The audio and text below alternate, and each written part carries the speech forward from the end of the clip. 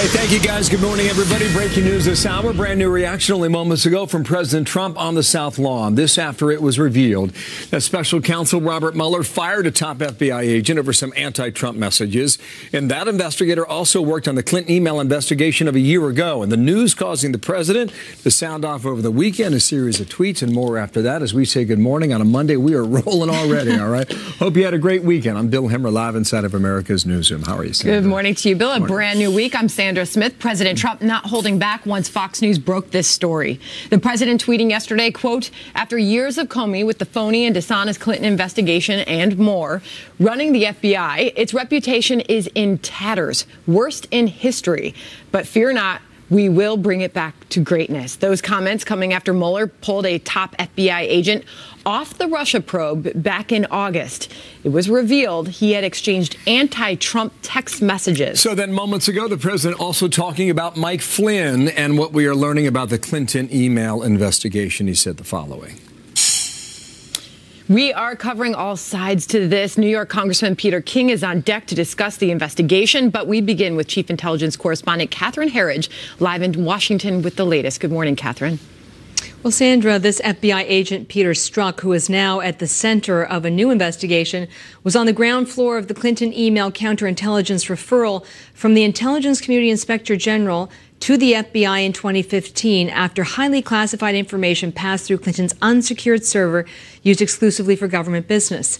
And according to a lengthy New York Times profile on FBI Director James Comey just 2 weeks before he was fired, a profile done with the full cooperation of the FBI media office, this FBI agent Strzok was central to discussions about intent and whether to prosecute Clinton under the gross negligence statute, though intent is not required. He was also a key player in drafting of the July statement by Director Comey that recommended against criminal charges, now referred to as the exoneration statement. And he was in the lead on the review of classified emails found on Anthony Weiner's computer that belonged to his estranged wife and Clinton aide Huma Abedin. This review reopened and closed the Clinton email case just days before the election. The fired FBI director took issue with the president's statement, saying in a tweet that he wants the American public to know the FBI is honest, strong, and independent. This morning, a senior presidential advisor to Mr. Trump said he is on solid ground. This revelation that a decidedly, definitively anti-Trump FBI investigator was involved in the Hillary Clinton interviews, as the president says, is now starting to make a lot of sense. It's very frustrating to many law-abiding Americans who look up and always see a double standard, always see special exceptions for Hillary Clinton. Comey and his old boss, the Attorney General Loretta Lynch, are also the subject of a Justice Department Inspector General investigation for their actions during the Clinton email case and how it was handled, specifically with Comey going outside the chain of command with that statement in July of last year, Sandra. And Catherine, are we seeing strong congressional reaction to all of this? Well, in the Sunday talk shows, senior Republican Senator Lindsey Graham cautioned the president against speaking out too heavily. I would just say this to the president. There's an ongoing criminal investigation. Comey may be part of it. You tweet and comment regarding ongoing criminal investigations at your own peril. I'd be careful if I were you, Mr. President. I'd watch this. And with the big development Friday that former National Security Advisor Mike Flynn has pled guilty to lying to the FBI. That's a violation of 18 U.S.C. 1001 over his conversations with the Russian ambassador, and a plea agreement that stipulates full cooperation in the possible prosecution of other individuals. A senior Senate Democrat is predicting more fallout for the White House, Sandra. Catherine Herridge, thank you. For more on this now, I want to bring in New York Congressman Peter King, live in West Babylon, New York. And, sir, good morning to you. A couple things to go over. I just want to keep it clear for our viewers now, all right? There's the investigation of the FBI over Hillary Clinton, and there's this issue that deals with Mike Flynn, et cetera, at the White House. Start with the email investigation of Hillary Clinton.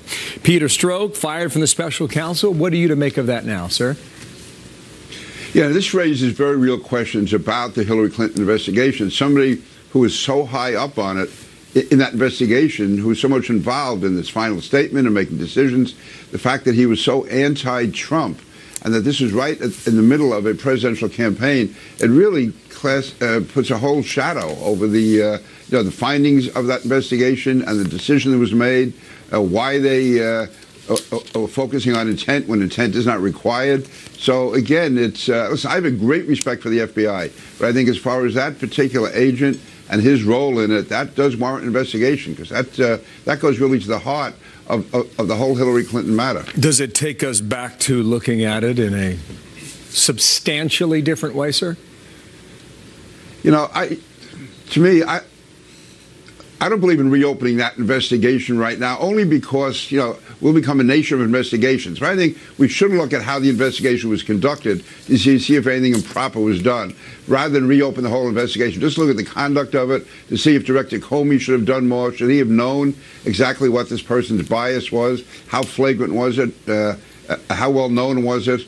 And did Comey know about him when Mueller took over the investigation and he was kept in that position for a number of months? All right, topic number 2. And Senator Feinstein on NBC over the weekend talking about the General Flynn matter. This is how she characterizes it based on what we believe we know from the president and his interaction there. She said the following.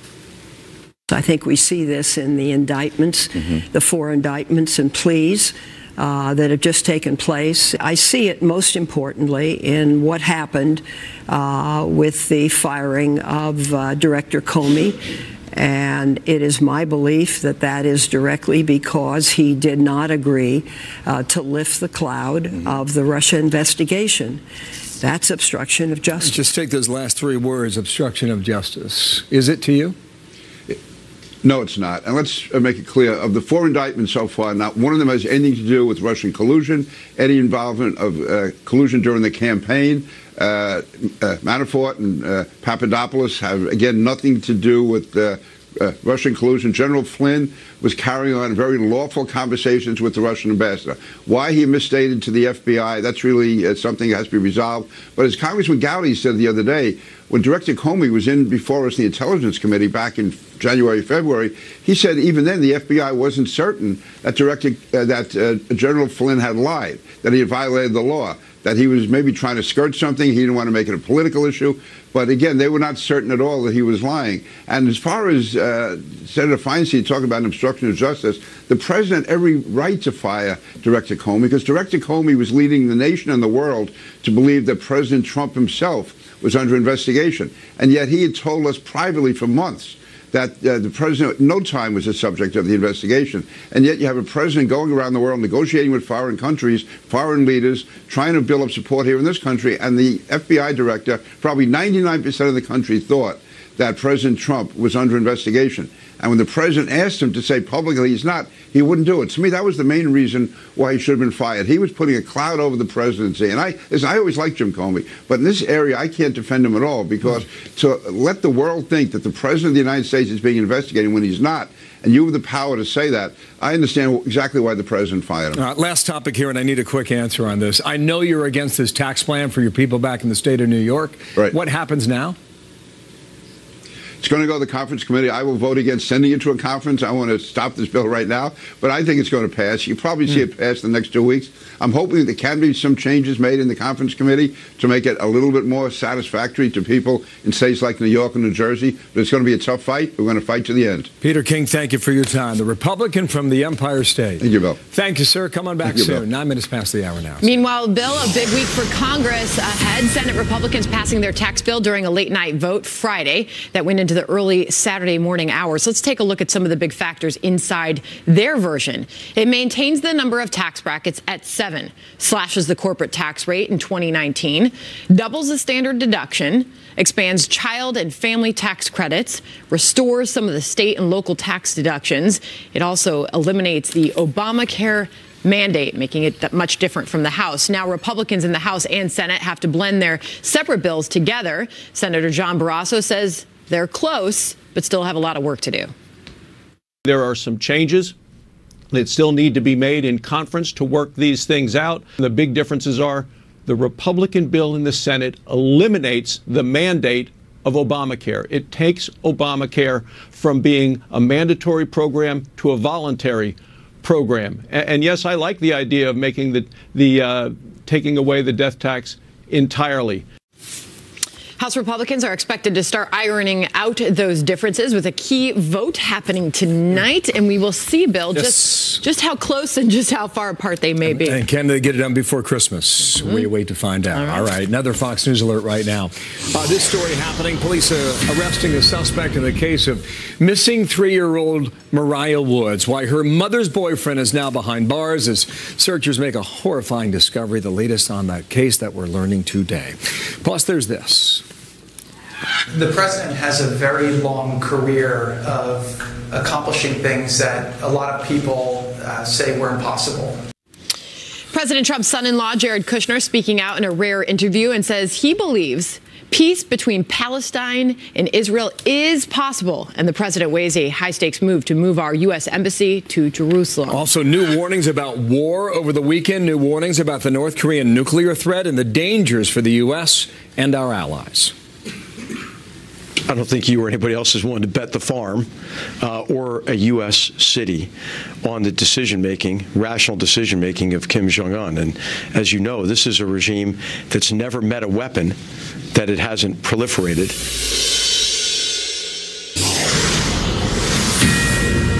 I not only don't think it will increase the deficit, I think it will be beyond revenue neutral. In other words, I think it will produce more than enough to fill that gap.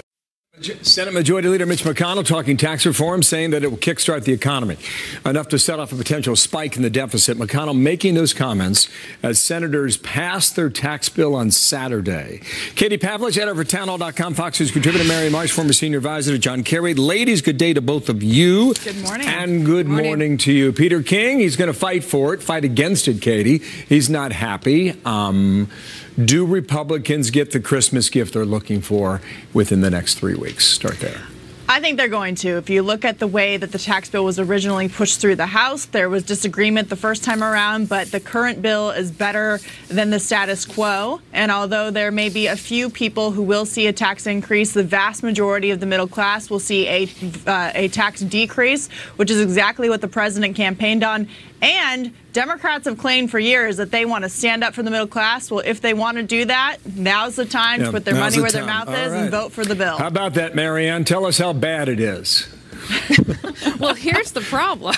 The problem is it removes every rung on the ladder to success that working class and middle class people rely on. It's going to be harder to get an education, harder to get health care, harder to buy a home, harder to be an entrepreneur. Those are the very things that has made this country great, that if you work hard, you'll get ahead. That's not true anymore. Time to move to Canada, I think, based on that answer. Hope you're wrong. It's true. Hillary Clinton was singing your theme on Saturday when she said this. The Senate passed this absolutely horrible tax cut plan. This could not be a more blatant and insulting attack on hardworking Americans. Well, I know a lot of Americans are paying more under this tax plan, Katie. It seems like the reaction is the same that you would hear over generations. Well, I'm just wondering when Hillary Clinton's blatant assault on Americans, their continued political commentary is going to stop, considering most people just want her to go away, including Democrats. And if Hillary Clinton considers allowing hardworking Americans, as she says, to keep more of their hard-earned money instead of giving it to the government, which treats them like an ATM, then she is the exact reason why people are calling for tax reform and have been for 30 years since the original bill passed under Ronald Reagan. Yeah. Marianne, I'm looking at 29 Republicans in the House between New York and California. A lot of those folks are going to be paying more.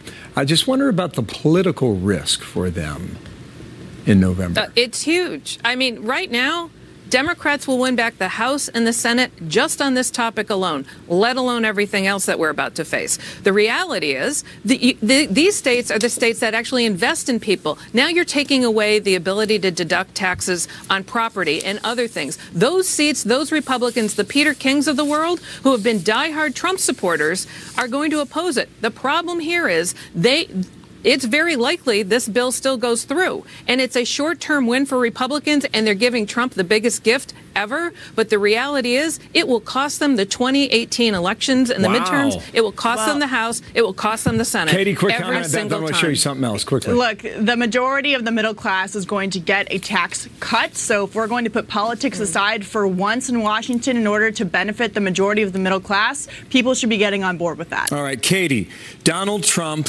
on Roy Moore today, quote, Democrats' refusal to give even one vote for massive tax cuts is why we need Republican Roy Moore to win in Alabama. We need his vote on stopping crime, illegal immigration, border wall, military, pro-life, VA, judges, Second Amendment, and more. No to Jones, a Pelosi, Schumer puppet. Katie, go. The truth is that the White House actually doesn't know how Roy Moore is going to vote. But when you look at the fact that Democrats aren't willing to make sure that people like Al Franken or John Conyers resign, this is exactly why the White House isn't willing to give them that inch either and is backing Roy Moore for the sake of power. Character and politics went out the window a long time ago, and so they're doing it based on the issues and how he's going to vote, in their opinion. Marianne, quickly on that.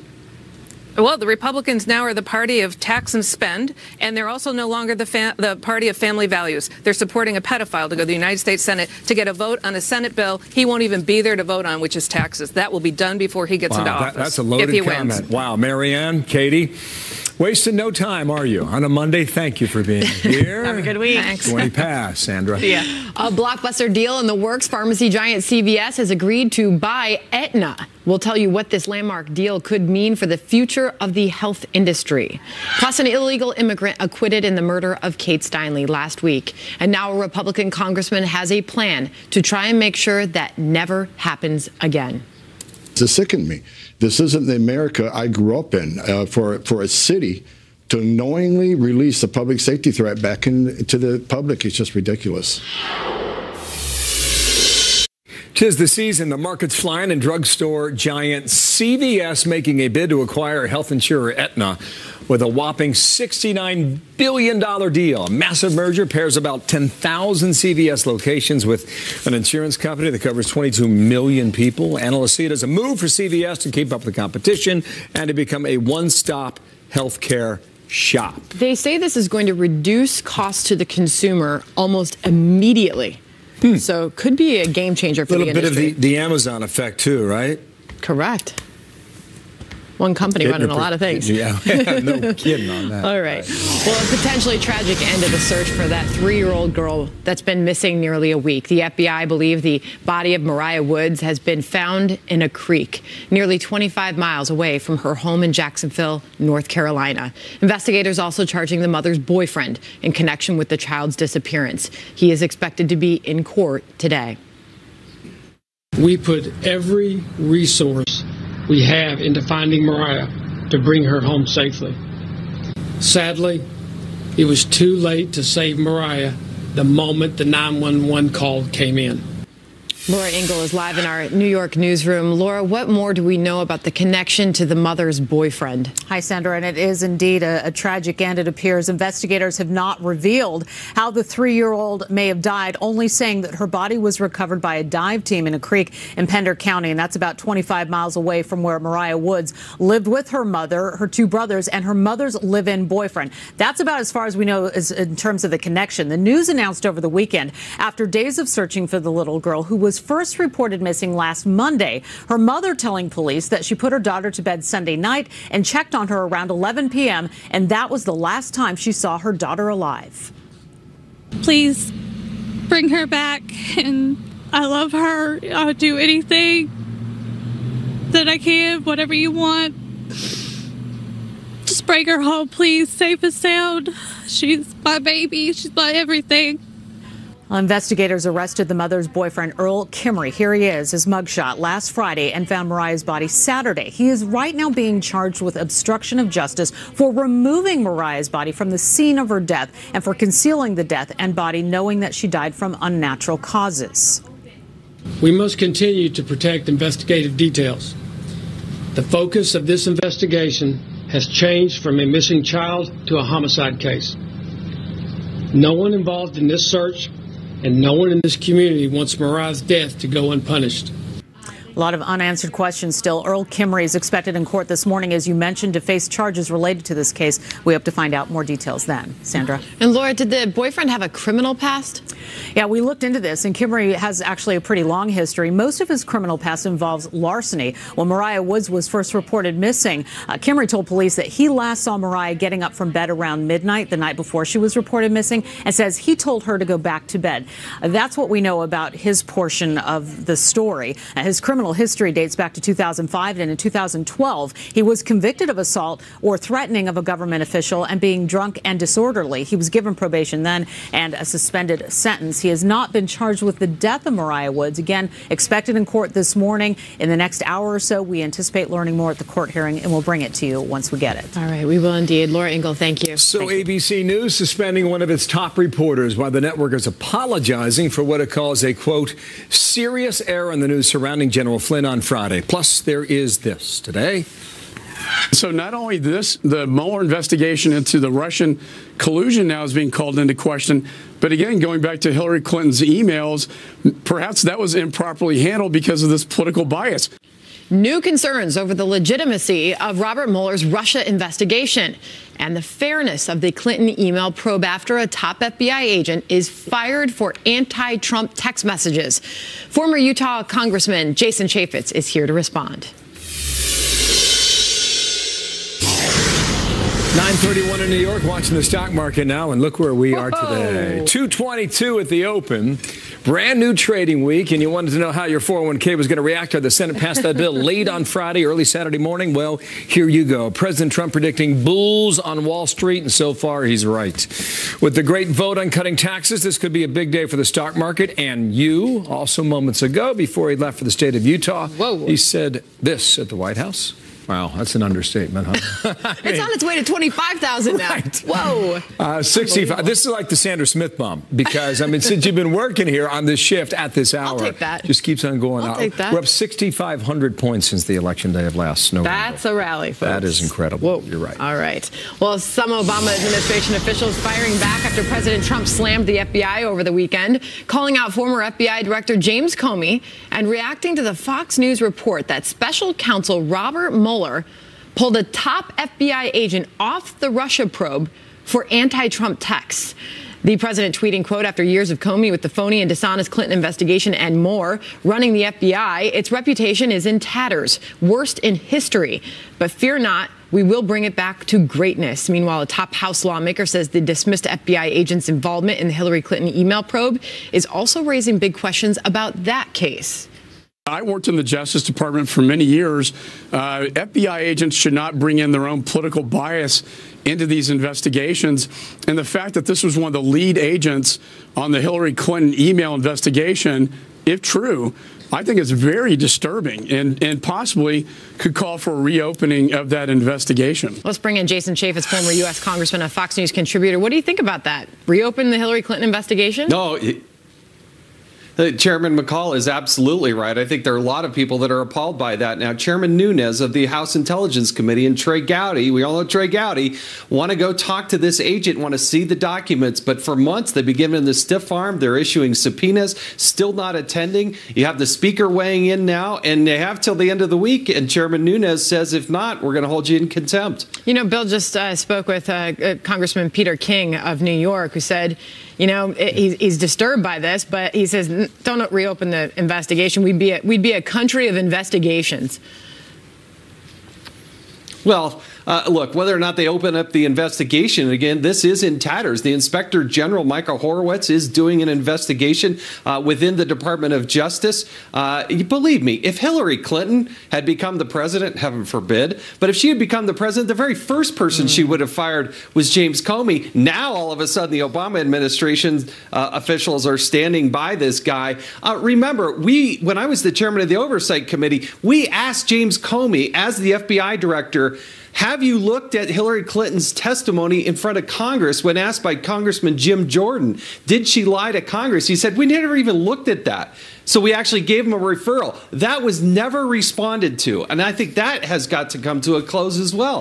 If the FBI is going to gather its reputation back, it has to do its basic blocking and tackling, and it has to answer to the people via Congress. So Obama's former Attorney General Eric Holder is pushing back on this idea that I'm hearing you use the same word, the FBI is in tatters, that the president used. Eric Holder's pushing back on a tweet saying, nope, not letting this go. The FBI's reputation is not in tatters. It's composed of the same dedicated men and women who have always worked there and who do a great apolitical job. You'll find integrity and honesty at FBI headquarters and not at 1600 Penn Avenue right now, throwing shade at the White House.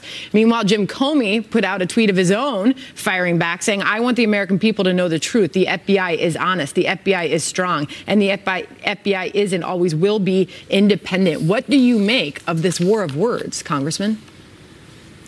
The overwhelming majority of people that work at the FBI, they're hardworking, they're patriotic, they care, and they do an amazing job. But the management is a whole different question. And this comes from Eric Holder, who was the very first Attorney General in the history of the United States to be held in contempt of Congress. And you're working with senior management there at the FBI that won't respond to a basic inquiry by the department or by the Committee on Intelligence to answer basic questions. That ought to be a flashing red light that something is fundamentally wrong at its core. And now this information comes out that this person who's helping to lead the investigation into Hillary Clinton was all along anti-Trump, pro-Hillary Clinton. And then we wonder how, what's the integrity of that investigation? The California Senator Dianne Feinstein is saying that the Senate Judiciary now sees a possibility of Trump obstruction case. She's the top Democrat on the Senate Judiciary Committee. She's pointing to the continual tweets, in her words, from the White House on this matter, providing no specific information from the Senate panel to suggest this. But they say they're piecing together an obstruction case. She says she believed that Trump's firing of FBI Director James Comey came, quote, directly because he did not agree to lift the cloud of the Russia investigation. She says that is obstruction of justice. Is it? Senator Feinstein is fighting for her political life, and so I think she's doing some things that maybe she wouldn't do otherwise. That's my own personal opinion. But listen, the only constitutionally elected person to run the executive branch is the President of the United States. That is not obstruction of justice. He was elected by the American people to lead that agency and not just put it off into some rogue agent who's going to go do whatever they want. That is not how justice works in the United States of America. Congressman, I want to get this in because some members of the president's own party are saying, be careful of the tweeting. Tweet at your own peril, says Lindsey Graham. Listen. I would just say this to the president. There's an ongoing criminal investigation. Comey may be part of it. You tweet and comment regarding ongoing criminal investigations at your own peril. I'd be careful if I were you, Mr. President. I'd watch this. Your thoughts, Congressman? Yeah, look, I was very highly critical of President Obama when he weighed in on the IRS case when there were 5 open investigations going on. He said there wasn't even a smidgen of corruption. How did he know that if there were 5 open investigations going on? So I think it is wise that they just kind of be quiet during a criminal investigation. But we certainly saw President Obama do that on multiple occasions, and it was wrong then. And I don't think Donald Trump should weigh in on a criminal investigation until it's complete. Before I let you go, the president is on his way to the state of Utah, his first visit as president. Yes. I understand he's only going to be on the ground about 3 hours or so. Any thoughts there on his agenda in the state of Utah? He's coming here to reverse an action by President Obama and President Clinton to create millions of acres of national monuments, something that should not have been done, an overuse of what's called the Antiquities Act. And I appreciate the bravery of Donald Trump coming here and reversing the Bears Ears National Monument. We need more multiple use, and it's something that will be widely accepted here in the state of Utah. I'm thrilled that he's going to be here. All right, Congressman Jason Chaffetz, thank you for coming on. Very good to see you. NFL quarterback Colin Kaepernick honored last night, receiving the Courageous Advocate Award of the ACLU Bill of Rights dinner in Los Angeles, coming after inspiring league-wide anthem protests that have been controversial nonetheless. Chief Correspondent Jonathan Hunt now live in L.A. for this. What did Kaepernick say about it last night? Well, Bill, the former 49ers quarterback, now unemployed, of course, was not on the initial publicized list of honorees at this ACLU event, so a surprised audience gave him a standing ovation as Kaepernick himself stood by his decision to kneel. But while Kaepernick is getting awards, he's not getting a contract. And, of course, last month he filed a grievance alleging NFL owners have colluded against him, Bill. So the kneeling controversy has had an effect on NFL attendance. What do the numbers show, Jonathan? Well, President Trump, of course, among those encouraging fans to stay away because of the kneeling issue. There is some effect. Figures are slightly down. Take a look. Last season, just under 18 million attended NFL games across the entire 17 weeks. This year, after 13 weeks, excluding tonight's game, it's just under 13 million. So your average last year was just over 1 million. Your average this year, just under 1 million. TV ratings also down significantly, Bill. We'll see if your Bengals getting crushed by the Steelers tonight can change that. Relax. Not yet. Hasn't happened yet.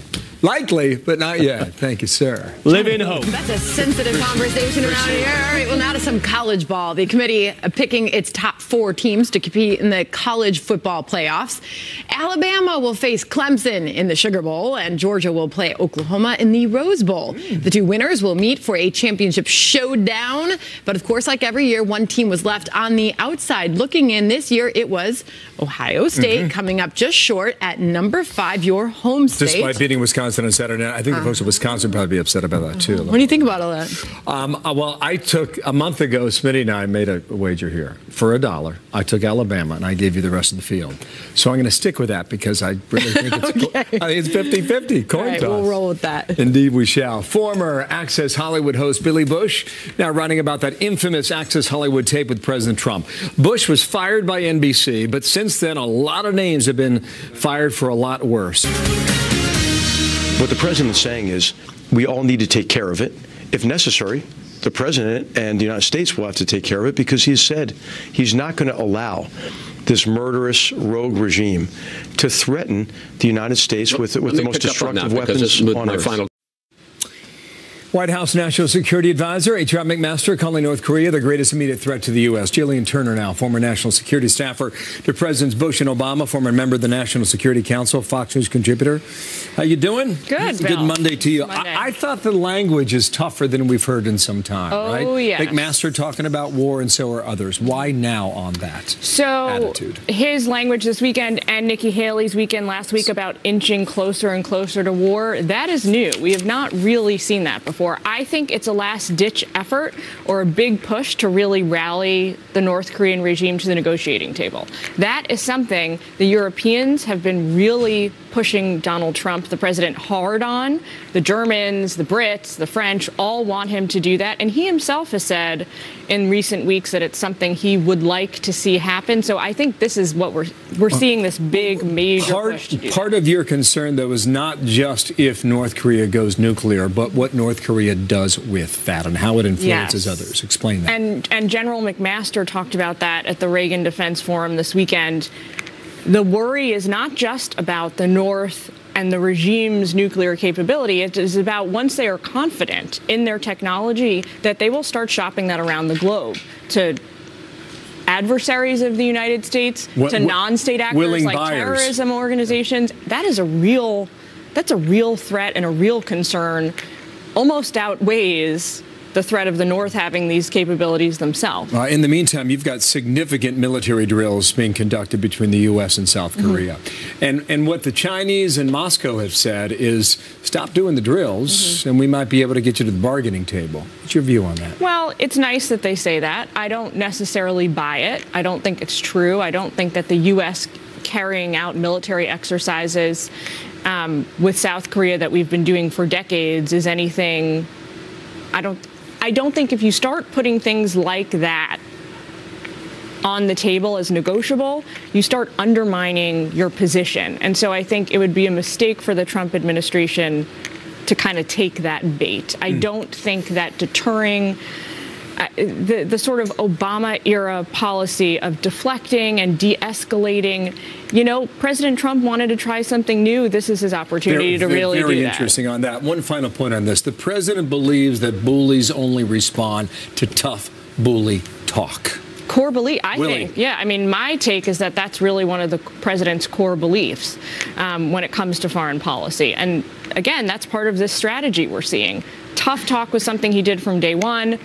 It's not something that's going to change because he is so opposed to President Obama's approach. This is a 180. Thank you, Jillian. See you a bit later today. Yep. Thanks, Jillian Phil. Turner here in New York. Great to have you back here. Nice to be with you. Sandra, what's next? New reaction from President Trump amid the Russia probe and what he thinks of former National Security Advisor Michael Flynn's guilty plea and whether there's a double standard. Plus, will President Trump formally recognize Jerusalem as Israel's capital and move the U.S. embassy there? Jared Kushner says anything is possible with President Trump. This deal can go south very quickly, and there's a ton of distractions that come up. You know, my team deals every month with maybe 3 or 4 different issues that will come up, and everyone says this is the end of it if it doesn't work. And you know what I tell my guys? I say, guys, we're not chasing rabbits.